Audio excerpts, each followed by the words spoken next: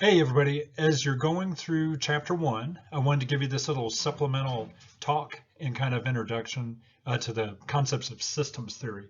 So chapter one talks about on pages, looks like 12, 13, they have a great model. It's exhibit 1.5 on page 13, and then also on page 14. But just kind of want to emphasize this, just kind of the importance and where it comes from, and then just maybe a different perspective.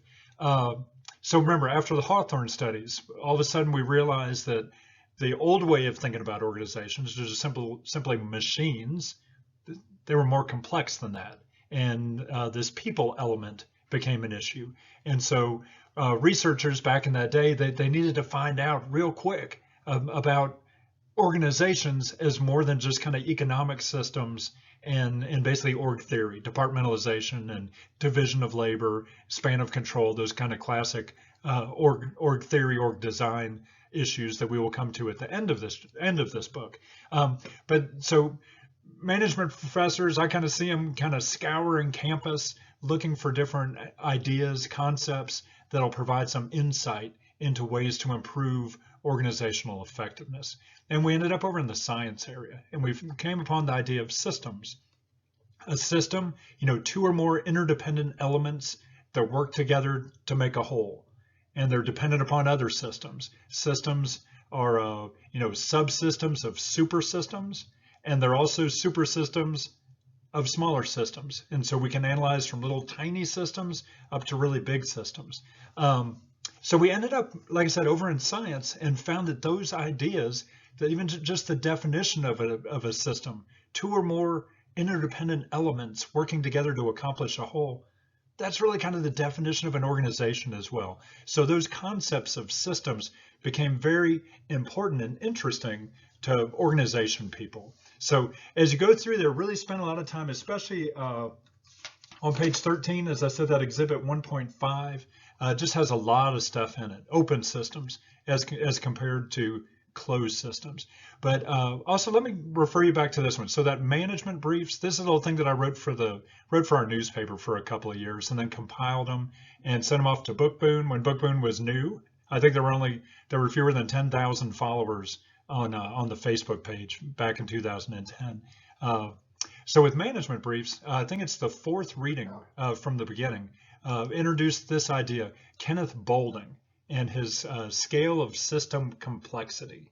And so real quick, let's just kind of talk through it. And I think maybe it'll help your thinking on these ideas, maybe give some insight into how all this works and in organizations. Kenneth Boulding said the most elemental, the most basic type of system, again, two or more interdependent elements that work together to accomplish a whole. He talked about framework systems. It's like picture frames, like tables, like chairs. If you look around the room, we've got some blinds right here, some of those, whatever they're called, plantation shutters, whatever they're called. Those things are systems. If you can kind of see in the background where we've got the beams that run across the ceiling, there's systems. A picture frame. You've got the frame, and you've got the little thing on the back, and you've got maybe some glass. There are all these interdependent parts that work together to accomplish a whole, but it doesn't move. It doesn't really do anything. It just stands there.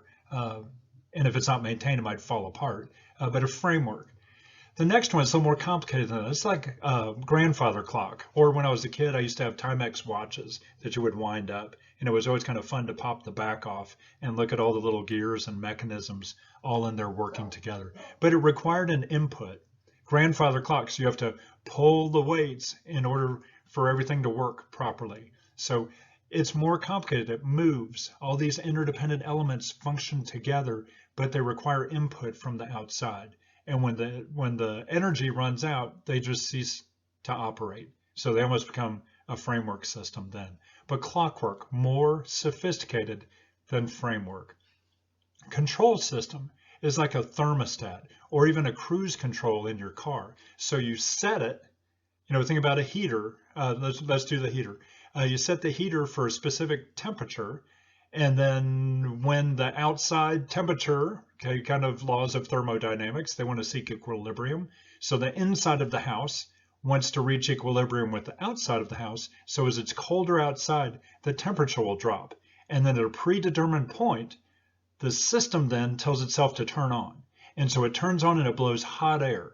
And the hot air will continue to blow until it gets to another predefined point where the system says, okay, now it's time to turn off. And so it turns off, and then the temperature starts dropping to reach equilibrium with the outside, and then it turns on. So it operates in this predefined range that it's programmed to operate in. So a cruise control in a car, if it starts rolling a little too fast, it'll help slow you down.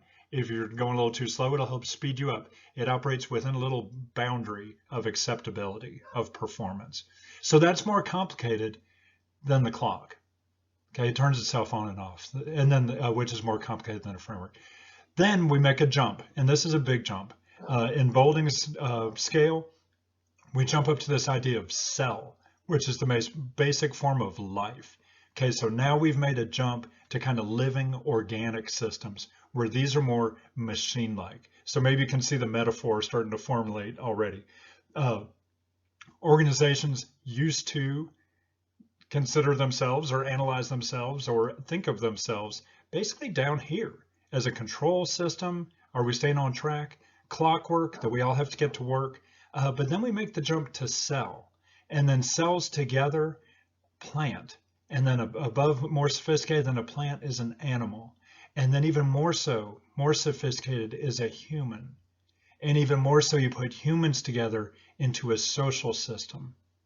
And then this idea, which he describes as this transcendental system. These are ultimate sets of knowledge and truth.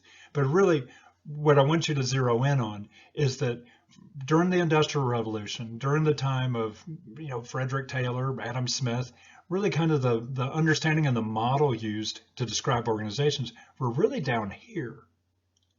But then with the Hawthorne studies, all of a sudden we realized, oh my goodness, this is a lot more complicated. We're dealing with people. And so the human scale systems, social systems, you put all those humans together, it becomes even more complicated. Okay, so this, again, just a different way to think about this as you go through there. These are living organic, from cell on down.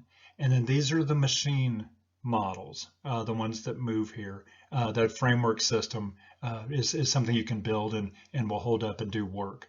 But just a fundamental break in two different ways to analyze systems and then relate that back to organizations. So use that, and I hope that helped, along with that description of open systems there in the book as well. That's it. Oh, and also the management briefs, you can find them with the syllabus. I have both of those files. The management briefs are simply just a PDF that you can download, and I've got little readings on a lot of this stuff that we'll go over. So that's it. Hope that helped. Bye-bye.